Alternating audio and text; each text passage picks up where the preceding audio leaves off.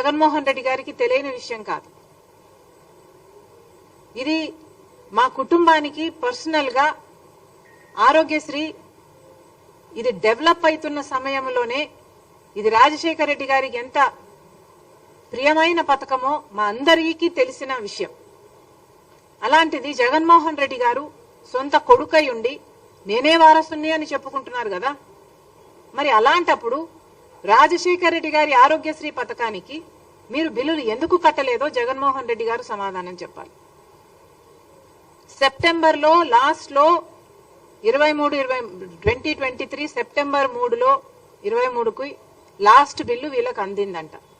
దాని తర్వాత మాకు డబ్బులు అందలేదు, మేము ఎలా నడుపుకోవాలి అని వీళ్ళు అడుగుతున్నారు.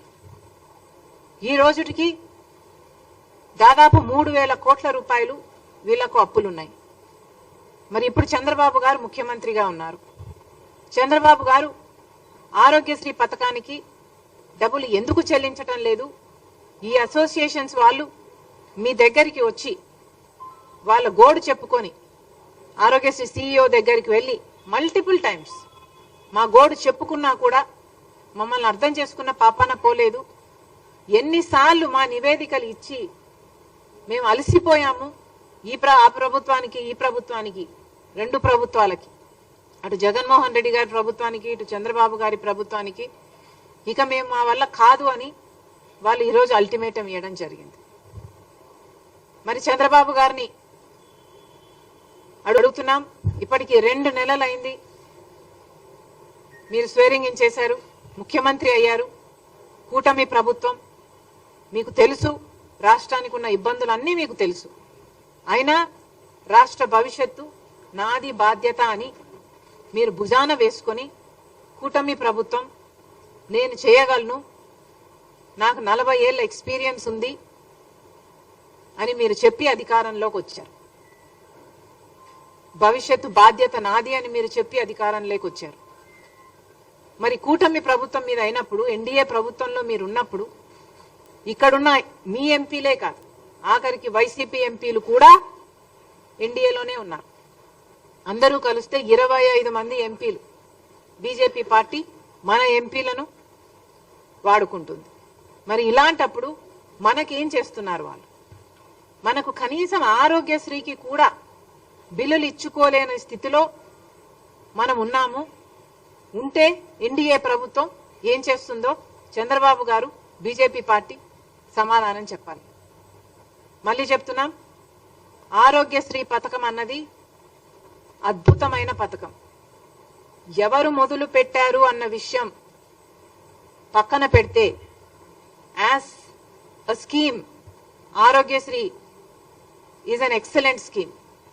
దేశ విదేశాలలో ఎంతో మంది దీన్ని మళ్ళీ ఎమ్యులేట్ చేయడం జరిగింది. కారణం, ఇది ఎంతో మంది పేద ప్రజలకు ఆసరా ఇచ్చే పథకం కాబట్టి ఈ ఆరోగ్యశ్రీ పథకాన్ని రక్షించాల్సిన బాధ్యత ప్రతి నాయకునికి ఉంది, ఇర్రెస్పెక్టివ్ ఆఫ్ పార్టీస్. ఎవరు అధికారంలోకి వచ్చినా కూడా. నాకైతే ఆశ్చర్యంగా ఉంది, జగన్మోహన్ రెడ్డి గారు సెప్టెంబర్లో బిల్లులు చెల్లించారు, ఆ తర్వాత ఆరోగ్యశ్రీకి బిల్లులే చెల్లించలేదు అని. అసలు ఆరోగ్యశ్రీకే కాదు, ఫీజు రీయింబర్స్మెంట్ కూడా బకాయిలున్నాయి. అసలు జగన్మోహన్ రెడ్డి గారు, రాజశేఖర రెడ్డి గారు తలపెట్టిన జలయజ్ఞంకు కూడా 54 ప్రాజెక్టులు రాజశేఖర రెడ్డి గారు తలపెడితే 12 ప్రాజెక్టులు రాజశేఖర రెడ్డి గారు పూర్తి చేస్తే 42 ప్రాజెక్టులు మిగిలిపోయిన ప్రాజెక్టులను నేను 6 నెలల్లో పూర్తి చేస్తాను అని చెప్పిన జగన్మోహన్ రెడ్డి గారు, నేనే వారసుని అని చెప్పుకుంటున్న జగన్మోహన్ రెడ్డి గారు, మరి రాజశేఖర రెడ్డి గారి జలయజ్ఞం ప్రాజెక్టులు మీరు ఎందుకు పూర్తి చేయలేదు? మీరు సమాధానం చెప్పాల్సిన అవసరం ఉంది. మీరు రాజశేఖర రెడ్డి గారికి ఇంత ప్రియమైన ఆరోగ్యశ్రీ పథకానికి కూడా బిల్లులు చెల్లించలేదు. జగన్మోహన్ రెడ్డి గారి విషయం పక్కన పెడితే ఇప్పుడు చంద్రబాబు గారు ముఖ్యమంత్రిగా ఉన్నారు. Irrespective of parties, this is an excellent scheme. Chandrababu గారికి ఆరోగ్యశ్రీని రక్షించాల్సిన బాధ్యత ఎంతైనా ఉంది. ఆరోగ్యశ్రీ మన ప్రజలకు ఎంతో పనికొచ్చే పథకం కాబట్టి చంద్రబాబు గారు వెంటనే జోక్యం చేసుకోవాలి. మళ్ళీ చెప్తున్నాం, ఎన్డీఏకి మన అందరు ఎంపీలు 25 మంది ఎంపీలు పార్టీలకు అతీతంగా మొత్తం అందరూ ఊడిగలు చేస్తున్నారు బీజేపీ పార్టీకి. మరి అలాంటప్పుడు కనీసం ఆరోగ్యశ్రీని కూడా బతికించుకోలేకపోతే మరి ఇంతమంది ఎంపీలు బీజేపీకి ఇచ్చి ఏమి లాభం? చంద్రబాబు గారు ఎలాగైనా చేసి ఏం చేస్తారో తెలియదు. రాష్ట్రం ఈ బడ్జెట్ నుంచి ఇస్తారో కేంద్రం నుంచి తెస్తారో ఏమి చేస్తారో ప్రజలకు అనవసరము. కానీ ఆరోగ్యశ్రీని బతికించాలని కాంగ్రెస్ పార్టీ డిమాండ్ చేస్తుంది. ఇప్పటికీ వీళ్ళకి ఈ అసోసియేషన్ కే 2,500 కోట్ల రూపాయలు బకాయిలు ఉన్నారంట. ఇది కాకుండా మిగతా ప్రైవేట్ హాస్పిటల్ అన్ని కలుపుకుంటే ఇంకొక 500 కోట్లైనా ఉంటుంది అనే అంచనా.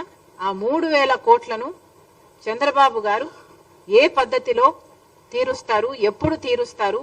వీళ్ళని పిలిపించండి, మాట్లాడండి, వీళ్లకు భరోసా కల్పించండి.